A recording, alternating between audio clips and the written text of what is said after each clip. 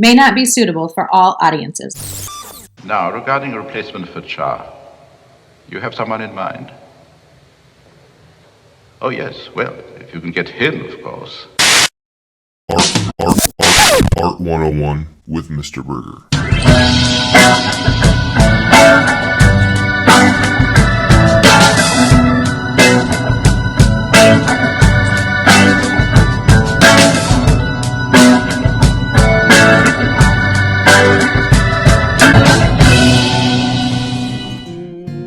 Scholars, welcome back to another episode of Art 101 with me, Mr. Burgher. I'm a professional artist and a master educator attempting to provide you the best in art historical content. If you like the content, make sure you like, share, subscribe, interact. Thank you. And you're sweating and you're nervous and you're walking around in circles. So today we're in Tennessee, and one of the greatest artists from Tennessee is Red Grooms. And as you know, because you clicked on the video, we're going to talk a little bit today about the famous Tennessee artist Red Grooms. Born Charles Rogers Grooms on June the 7th, 1937 in Nashville, Tennessee, the red-headed artist would eventually get the nickname Red Grooms, and he would use that as his professional moniker throughout his entire career, a nickname that stuck until this very day, and it'll certainly last forever.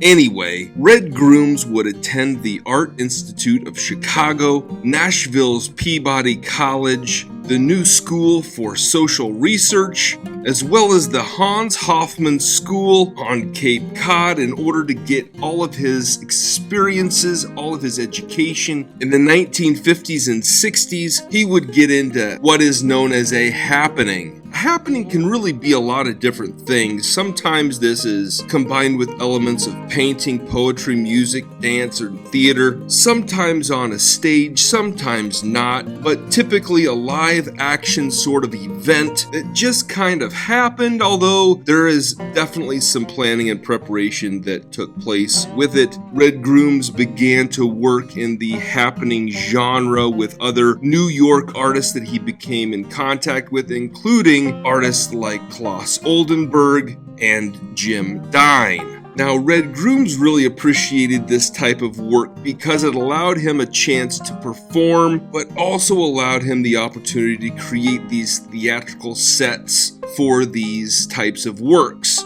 The set production would definitely serve him well as he would move forward with his career. We are men! Full-grown men! And we teach children lessons! Red Grooms is probably best known for moving pop art into life-sized environmental construction, as he would call them, Sculpto-Pictoramas.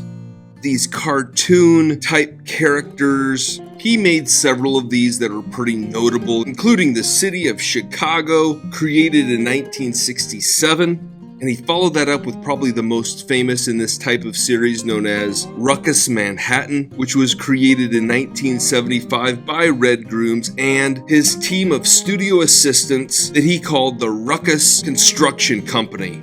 This was complete with a 30-foot tall model of the World Trade Center, complete with glowing lights, a 15-foot high Statue of Liberty, as well as a Brooklyn Bridge. Now, several times in the past, we have talked about studio assistants. Now, this is an individual that typically provides artistic support to the head artist and possibly does some administrative type duties. They might do some communicating with galleries and dealers and collectors. I think that working with other people has a little bit to do with the seriousness of the ambition of the piece. It was like a big enough project for everybody to have real serious work all the way through. There was no fake work in it. And I just kept adding to the workforce as I felt like the organic necessity of the piece called for it, you know. And it's funny that the artist work in collaboration is that much. I mean, it's done in theater, it's done in music, it's done in dance, but working by myself really started taught me how to work with others because I was so constantly handicapped by my own inefficiency that I realized that if I worked with one other person, I was like 3 people. If I worked with 2 people, we were like 4, and so forth.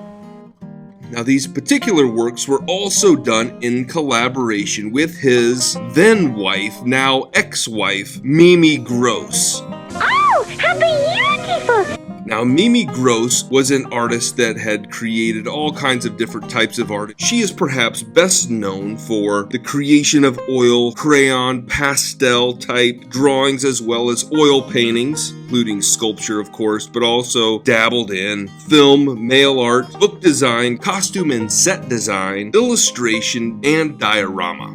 Now, Mimi Gross was the daughter of a sculptor, Clem Gross, who studied in Vienna, Austria, before eventually immigrating to the United States in 1921. She would be born in the United States in 1940. At any rate, the couple was married in 1963, and they were married until 1976, just after the completion of Ruckus Manhattan, and she currently works as a faculty member at the Maryland Institute College of Art. Oh, you'd be surprised how much a good teacher can earn.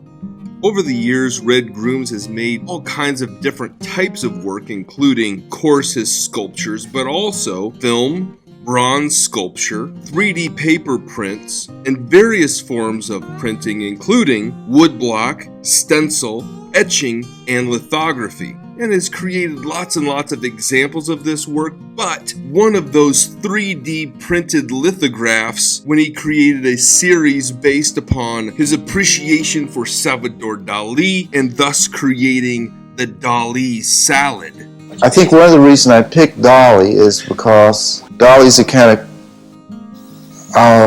archetypical man in the print field. I mean, he has both exploited and been exploited in printmaking, and that's both the joys and the danger of printmaking. And somehow Dali became something that a subject that I wanted to deal with. This is two kind of mediums. The salad is silkscreen on vinyl, and the head and hands are lithography on paper. I mean, it's just, frankly, it's a bit grotesque. There's a certain kind of severed head quality about it. I mean, actually, these are things I wanted. I wanted it almost to look like a head served up on a platter. One of the things that I personally appreciate about Red Grooms is that he, time and time again, will take his influences from art history and throw them into the projects that he's doing, not just Salvador Dali, but others like Picasso, de Kooning, Cezanne, and so forth. And as an artist who has a huge appreciation for art history, I am personally drawn to that type of work, and I respect the fact that he pays homage to those artists that came before him. Here, let me digress my bowels for a minute. Now, Red Grooms is an artist that has very much influenced me and my work. You see, I can remember the first time that I ever went to an art museum. My high school art teacher, Mrs. Tomlinson, took me and my classmates on a trip to Des Moines, Iowa, and we went downtown and looked at the Claes Oldenburg umbrella, and we looked at all these different pieces of artwork, and of course, we did a big tour at the Des Moines Art Center. And I remember vividly walking to the I Am Pay section of the building, walking down the steps into this sunken area of that particular part of the museum, and seeing Red Grooms' agricultural building, a work that he created in 1991-1992. And I remember being absolutely fascinated with how fun this particular work was. I walked through, and I remember the noises that would come out of it. The butter cow, it would moo at you, and you could walk through and things were lit up, and it was like a playhouse that you got to observe this very fun, light-hearted, three-dimensional cartoon that you got to somewhat walk around and interact with. There was a farmer and another sculpted person that was there, and you could walk around it, and you could look in it, you could walk through it, and it was absolutely, in my mind,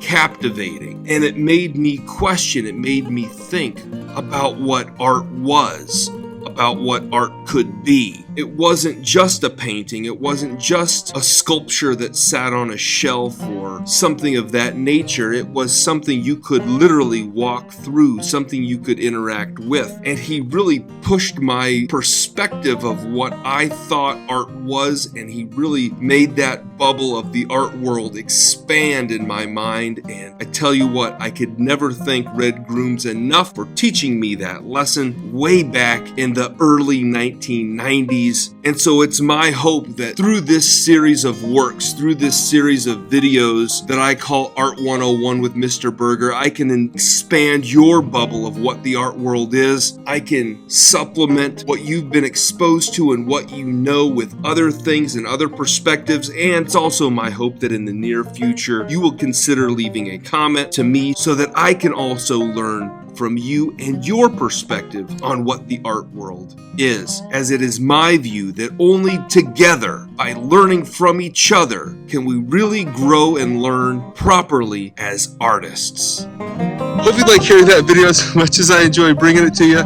Make sure you like, share, subscribe. We'll see you next time.